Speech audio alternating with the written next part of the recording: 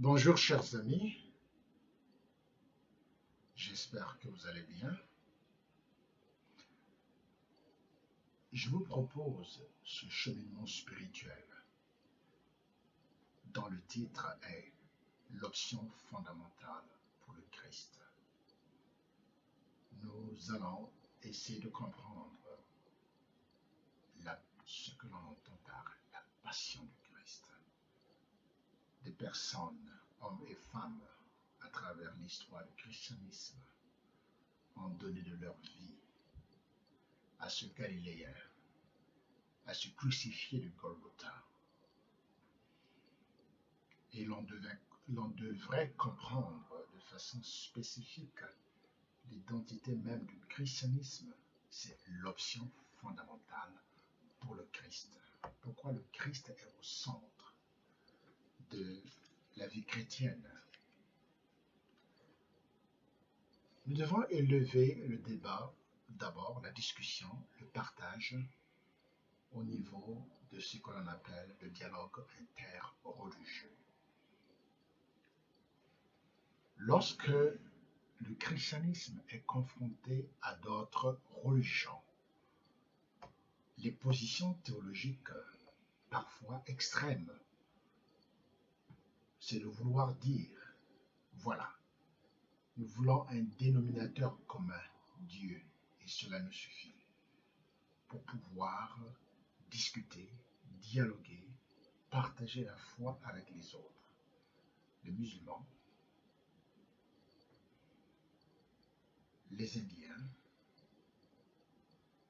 les grandes religions du monde, les religions traditionnelles africaines et d'autres religions traditionnelles dans les continents. Ce qui apparaît lorsque nous partons d'un dénominateur commun, quelque part, le christianisme doit lâcher de l'Est. Qu'est-ce que nous appelons lâcher de l'Est? C'est pouvoir mettre entre parenthèses l'horizon de la foi posée dans le Christ. La foi chrétienne est aussi trinitaire. Nous croyons en Dieu qui est Père, qui est Fils et Saint-Esprit. Lorsque nous parlons de Christ, ce n'est pas la religion totale du christianisme, mais se met à toute sa pesanteur. L'essentiel du christianisme, l'aspect fondamental du christianisme, le point de départ du christianisme, c'est le Christ. On n'y peut rien. Jean-Paul II, qui avait toujours des astuces ingénieuses, excusez-moi la tautologie, lorsqu'il était confronté au dialogue interreligieux, il avait souvent un point de vue assez conservateur, mais bien intelligent et fin. Oui, nous dialoguons, mais nous ne devons pas oublier que l'essentiel de la foi chrétienne qui nous permet de dialoguer avec les autres religions, c'est le Christ. Même si nous posons le dénominateur commun Dieu, mais ce qui fait la pesanteur de la foi chrétienne, de la religion du Christ, c'est le Christ. Il est le point central du christianisme.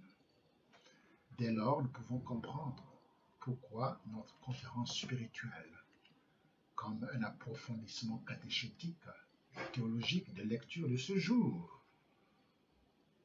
a comme titre l'option fondamentale pour le Christ. Et nous vous rappelons les lectures de ce jour. La première lecture de ce dimanche 28 juin, c'est 2 Rois, chapitre 4, versets 8 à 12 et 14 à 16. Et la deuxième lecture, c'est Romains, chapitre 6, versets 3 à 4 et 8 à 11. Et puis l'évangile, c'est Matthieu, chapitre 10, versets 37 à 42. Continuons notre exposé.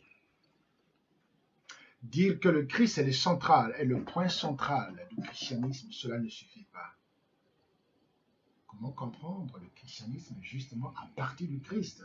Il faut aller au centre de son projet de vie, de son projet fondamental. Fondamental, cela veut dire un projet qu'il propose en partant des racines de ce qu'il est. On a pu dire du Christ tant de choses, au point de vue de l'exégèse, de la théologie, au point de vue de l'archéologie, et les sciences tendent toujours à présenter davantage le Christ. Des grandes controverses théologiques, exégétiques au sujet de Jésus, de l'histoire du Christ, de la foi. Il y a tant de choses qu'on a dit sur le Christ. Mais ici, en gardant notre attention sur l'option fondamentale pour le Christ que nous retrouvons à travers ces lectures, ce qui ressort, la figure du Christ comme une figure des paradoxes. Une figure des paradoxes. Le Christ propose un projet de Dieu, mais ce qu'il propose n'est pas aussi facile. Voilà ce que nous oublions parfois. Le projet du christianisme, ce n'est pas un projet « Ouh, l'amour de Dieu, c'est beau !» Quand vous approfondissez le christianisme, vous rencontrez des blocages, des paradoxes. De la même manière que ce riche qui est venu voir de Jésus pour lui demander « Maître, que dois-je faire pour avoir la vie éternelle ?» Belle question. Mais la réponse de Jésus était radicale. Encore, Jésus l'aima, mais il lui proposa quelque chose de radical qui va dans la profondeur des choses. Tu es riche, va tout ce que tu as et suis-moi. Pourtant, il avait pratiqué la loi de l'amour. Pourtant, il avait pratiqué la loi de la justice. Pourtant, il avait pratiqué la loi de l'intégrité morale.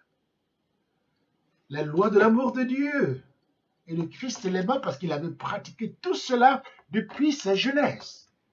Mais regarde, le Christ qui pose autre chose que cela. Va, le paradoxe. Tu es riche, deviens pauvre. Voilà l'opinion contraire. Communément admise, la prospérité dans la société juive, c'est un signe de Dieu. Être riche, c'est un signe de Dieu.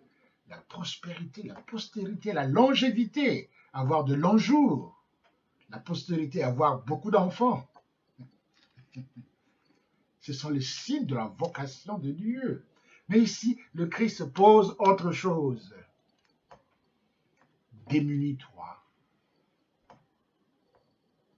Sors de tes richesses et donne-les aux pauvres. Waouh!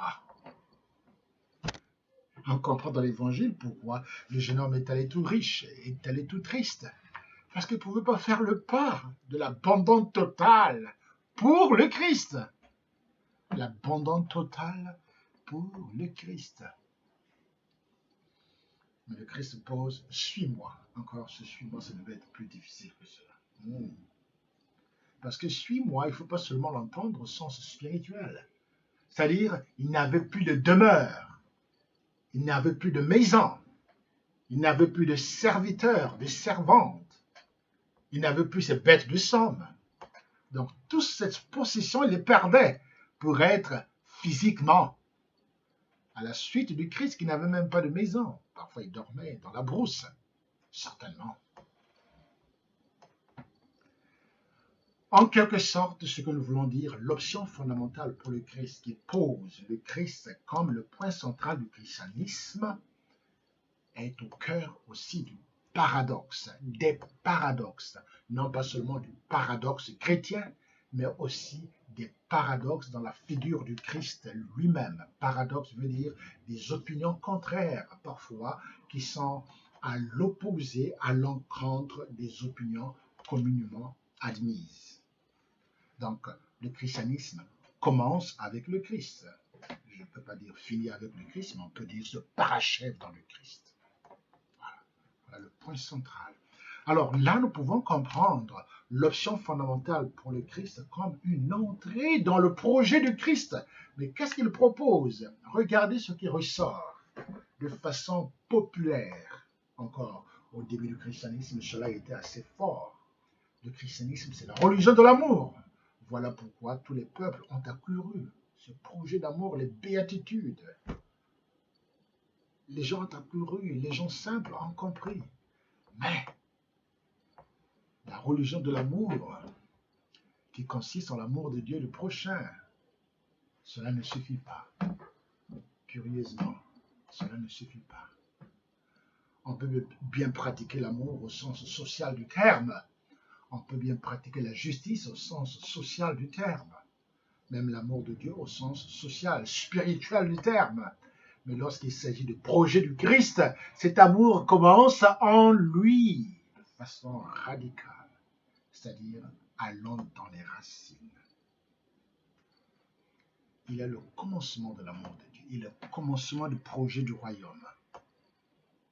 Mais dans ce cas, pourquoi le paradoxe dans le projet du Christ? Mais justement, c'est ce qui fait qu'il est différent de Mahomet. C'est ce qui fait qu'il est différent de Bouddha. Bouddha pointe Dieu. Mahomet pointe Dieu. Confucius pointe la sagesse, la belle manière de vivre en société. Confucius, c'est beau. Lisez Confucius, c'est très beau comme sagesse humaine. Il vous amène dans les profondeurs. Même si à partir de là, il pointe Dieu. Mais le Christ ne pointe pas Dieu. Il se pointe lui-même comme Dieu. En quelque sorte, il est le projet de Dieu. Projet compréhensible, mais en même temps plein de paradoxes. Le premier paradoxe qui ressort de l'évangile, dont je vous rappelle ici Matthieu chapitre 10, versets 37 à 42. Le premier point de paradoxe, c'est l'amour. Si quelqu'un aime son père et sa mère, voilà l'opinion communément admise et qui est naturelle, et qui est bon et qui est juste. Mais le Christ transforme les choses. Plus que moi n'est pas digne de moi.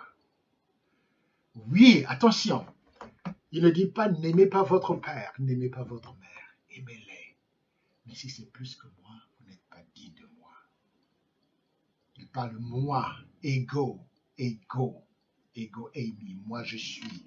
Vous voyez que même le terme grec qui est utilisé certainement, c'est lié au terme de ego eimi, moi je suis, comme sur le puissant ardent. Je suis. Donc moi le Christ. Regardez, Mahomet ne dit pas cela.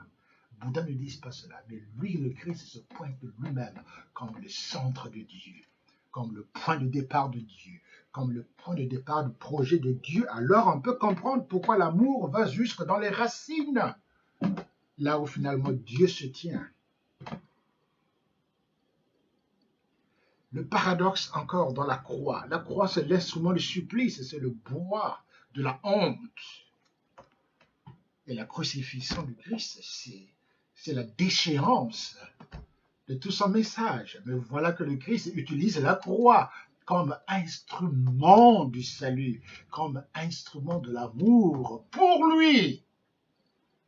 Porter sa croix. Ça veut dire que accepter ses souffrances. Mais pourquoi? À cause de lui. Waouh! C'est paradoxal.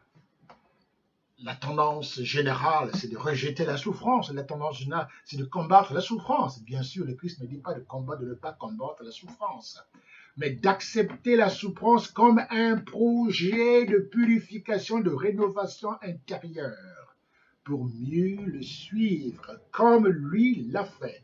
Voilà encore un autre paradoxe. Un troisième paradoxe, la vie, perdre la vie, voilà encore quelque chose, personnellement, j'ai toujours eu des difficultés à comprendre. Qui perd sa vie la gagne. Et celui qui veut perdre sa vie, celui qui veut sauver sa vie la perdra. Celui qui perd sa vie à cause de moi la gagnera.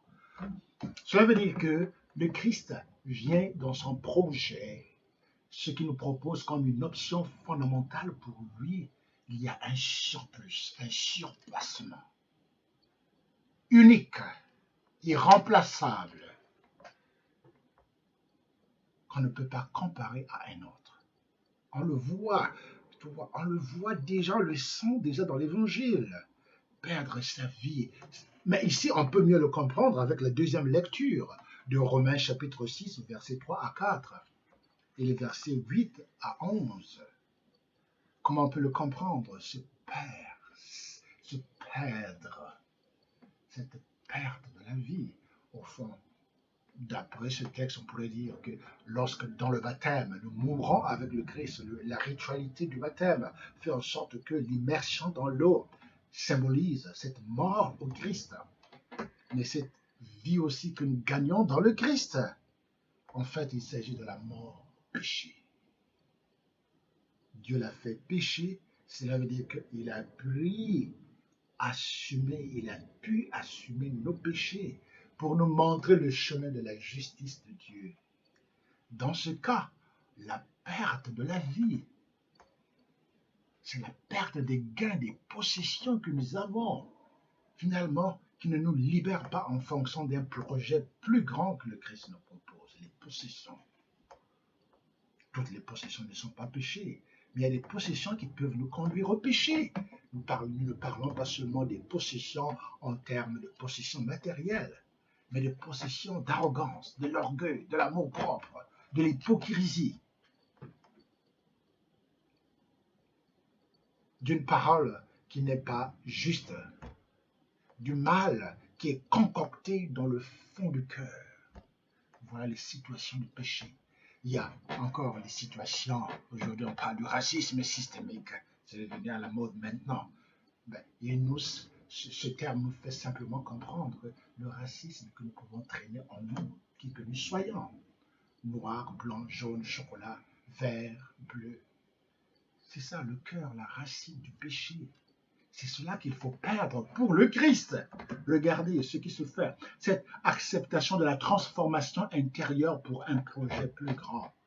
C'est ce que nous appelons ici, dans cette conférence spirituelle, l'option fondamentale pour le Christ. Et le Christ pose cela comme un paradoxe, c'est-à-dire gagner la vie, être un gagnant, comme on dit en anglais, le winner.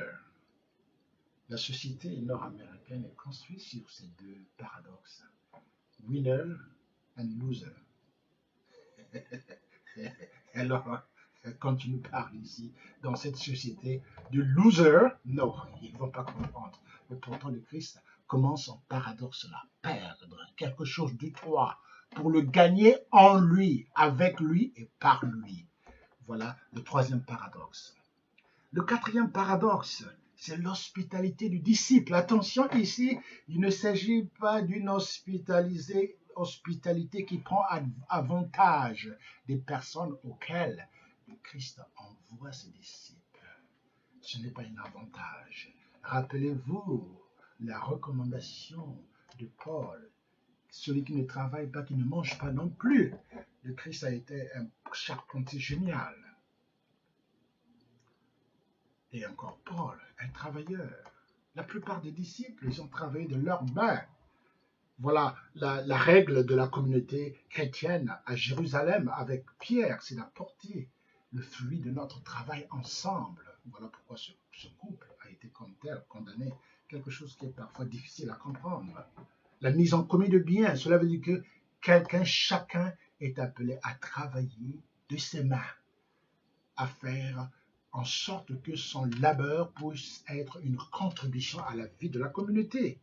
Alors, mais ici, l'hospitalité dont il s'agit, on peut parler d'une hospitalité ponctuelle, parce que nous sommes ici clairement au début de la mission. Donc, techniquement, il s'agit d'une mission initiale, itinéraire,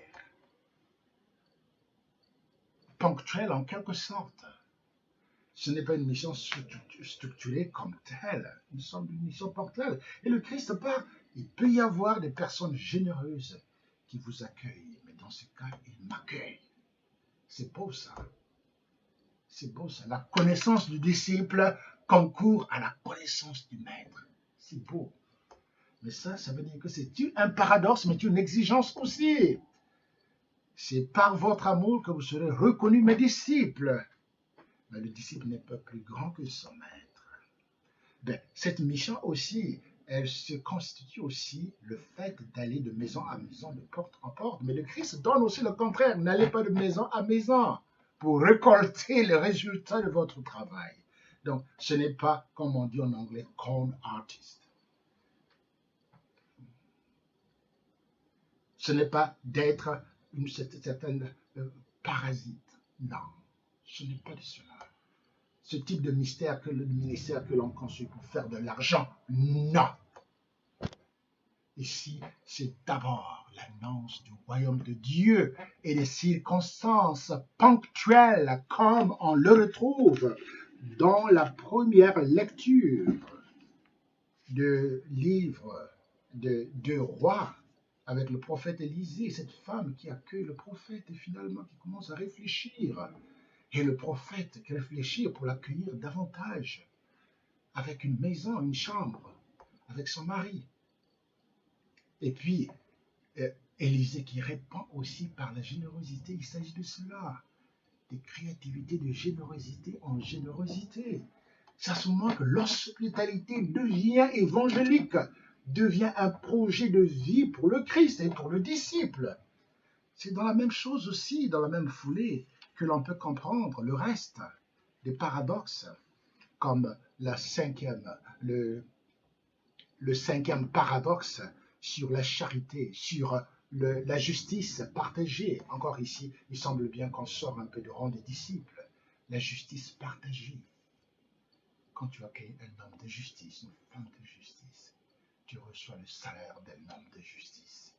La connexion de la justice. Righteousness. La justice partagée, la justice communiquée. Ici aussi, il s'agit d'un paradoxe.